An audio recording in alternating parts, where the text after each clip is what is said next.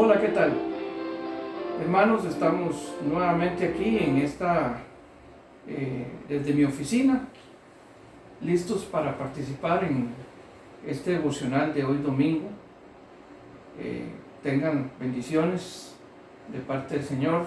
Sé que ha sido un tiempo un poco complicado y esperamos que nuestras oraciones el Señor esté poniendo atención y bendiciendo a cada uno de los miembros de esta congregación. Es un gusto poder llegar hasta ustedes en este momento. Quisiera, antes de leer el texto bíblico que vamos a estudiar, quisiera compartirles algunas anécdotas pequeñas. Quiero preguntarle, ¿alguna vez usted se ha estado ahogando? ¿O se ha escapado de estar ahogándose? No sé si usted contesta afirmativamente, pero yo puedo decir que a mí sí me pasó. Yo sí estaba a punto de ahogarme. Tenía una edad como de 7 años en aquel momento, cuando estaba aprendiendo a nadar en la escuela de don Alfredo Cruz. Y vi que mis compañeros se iban al lado más hondo de la piscina, y en ese lado de la piscina había un trampolín y todos se tiraban. Entonces yo pensé, qué interesante, qué divertido se ve aquello. Y estando que estaba aprendiendo a nadar de cero, me fui a probar tirarme del trampolín. Cuando el agua me estaba cubriendo y no podía respirar, pensé que ya iba a morir y que tenía solo 7 años.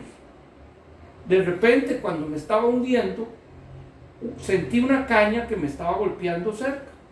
Y claro, mi reflejo fue agarrarme de aquella caña lo más fuerte posible, y obviamente fue así como el profesor de natación, el hijo de don Alfredo Cruz, me sacó hacia la orilla.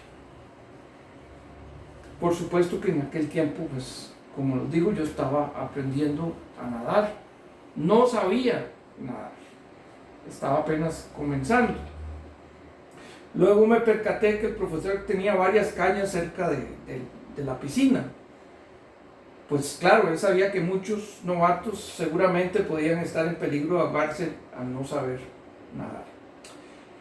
La historia del apóstol Pedro en el Evangelio de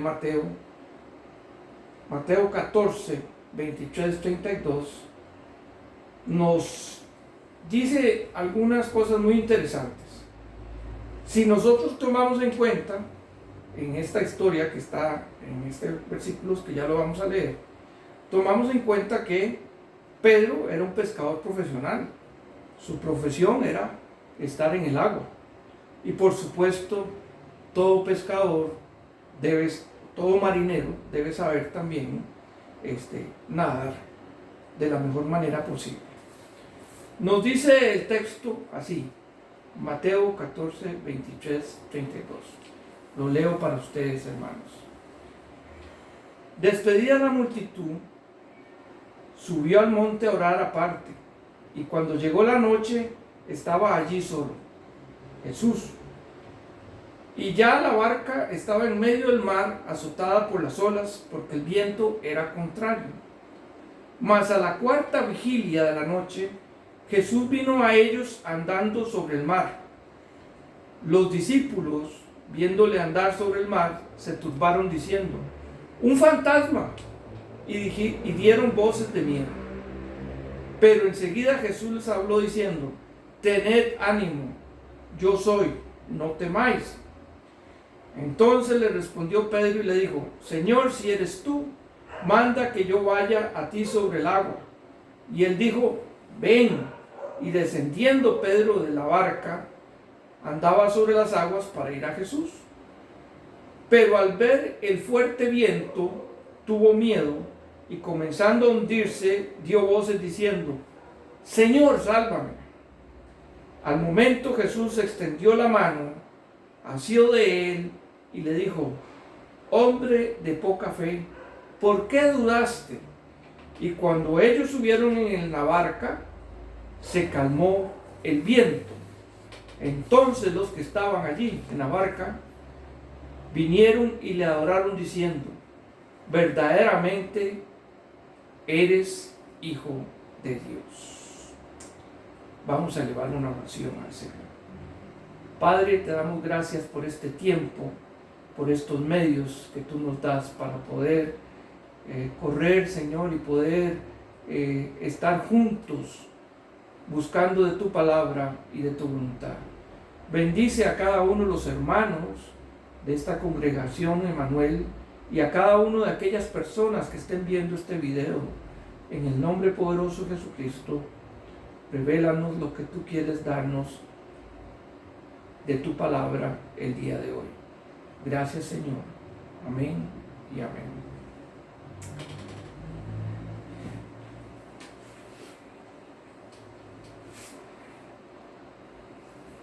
Jesús había pasado un día largo y decide despedir a la gente porque ya era tarde y a los apóstoles para orar. Él se retira a un lado a orar y los apóstoles deciden adelantarse y coger la barca para cruzar el mar para llegar al otro lugar donde ellos iban.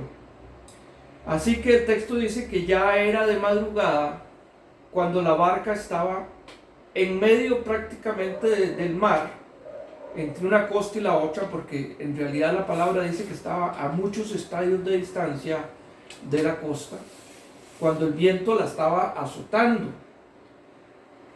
La barca con los discípulos estaba lejos de la orilla, sin Jesús, él se había quedado en oración.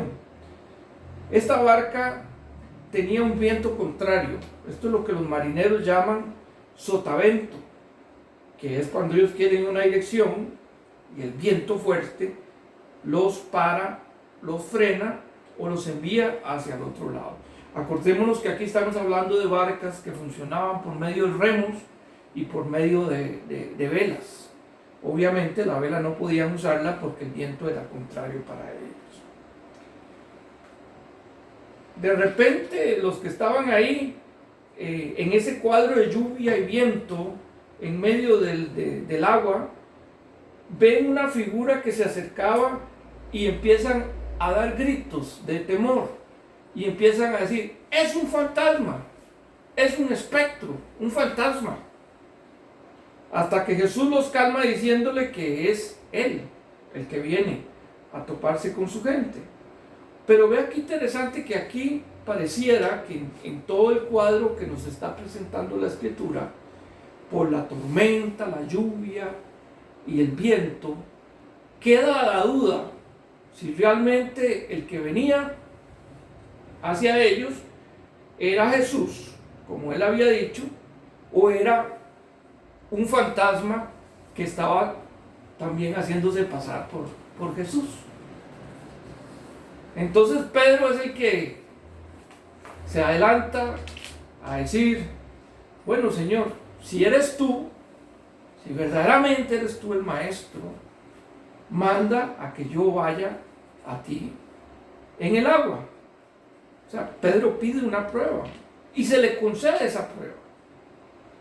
Que conste que cuando Pedro se baja de la barca y camina en dirección hacia Jesús sobre el agua, el viento, las olas y todo el contexto no había cambiado del todo. Seguía lloviendo, seguía haciendo mucho viento y seguía habiendo un panorama bastante feo, bastante difícil, ¿verdad? De repente Pedro empieza a caminar por el agua, pero pasa algo con Pedro, precisamente. Él quita la mirada de Jesús hacia donde él iba y empieza a concentrarse en lo que hay a su alrededor: viento, oscuridad, lluvia, no sé si había rayos de tormenta, pero el panorama no era un panorama bonito, era un panorama que daba miedo. Y es precisamente en ese momento cuando Pedro deja de poner su mirada en el maestro y en la dirección hacia él, cuando él empieza a concentrarse en toda la circunstancia que él estaba viviendo, cuando empieza a hundirse. Vea qué interesante. Ya Pedro había caminado, probablemente había dado unos pasos sobre el agua. O sea, ya el milagro se estaba completando. Cuando nosotros pensamos en esto, muchas veces nosotros los cristianos decimos que el hombre que caminó sobre el agua fue Jesús. Pero también podemos decir, basado en este texto, que también Pedro caminó sobre el agua. La diferencia es que Jesús caminaba por sí mismo sobre el agua. Pero Pedro dependía del Señor para poder caminar sobre el agua. Dependía de enfocarse en Cristo. Cuando él deja de enfocarse es cuando empieza a hundirse y el temor le vuelve. Entonces es cuando llega al punto de expresar: Señor, sálvame. Casi gritando: Señor, sálvame.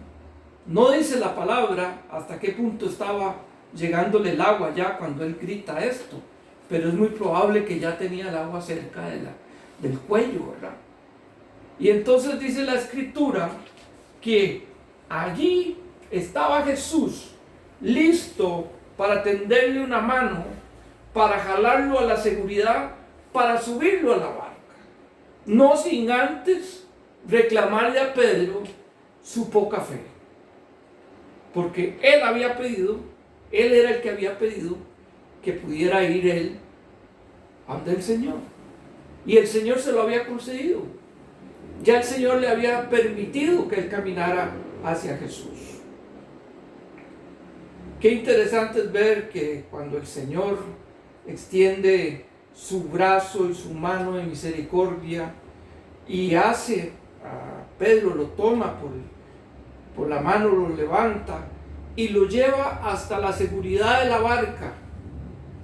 Y una vez que el maestro sube a la barca con Pedro, el viento y la naturaleza se calman, dando a entender de esta forma a muchos que estaban ahí que verdaderamente, como dice el último texto ahí, la última declaración que hacen los que están ahí testigos, verdaderamente este es el Hijo de Dios. Tú eres el Hijo de Dios, le dicen a Jesús.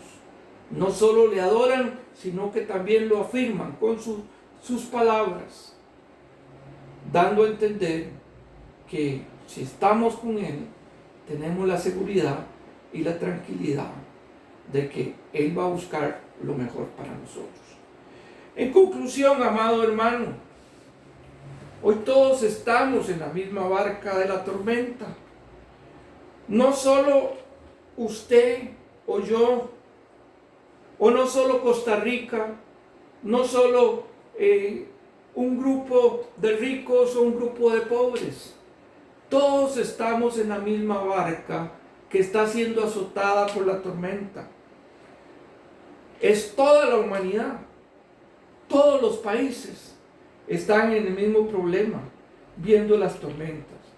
Pero la enseñanza que nos deja ver este texto es que no nos distraigamos, no bajemos la guardia, no solo en las medidas que sabiamente nos da los ministerios para protegernos, sino que no bajemos la guardia en la oración, no bajemos la mirada de Jesús. Como dice la carta de Hebreos, Él es el autor y consumador de nuestra fe. En Él es quien nos tenemos que sustentar, porque aún la naturaleza le obedece a Él. Si es el plan de Dios, quitar radicalmente esta tormenta que nos está azotando como humanidad hoy, ha de ser. Siempre Dios tiene un propósito en todas las cosas. No nos dejemos distraer por las circunstancias. No nos dejemos distraer por las adversidades. Él está allí, dispuesto a sujetarnos. Él fue quien nos dijo, ven. Acuérdense que Él fue el que le dijo a Pedro, ven. Él nos lleva en paz y tranquilidad a la orilla. Sí debemos clamar a Él en oración. Pedir, Señor, sálvanos. Tiende esa mano de amor y misericordia hacia nosotros.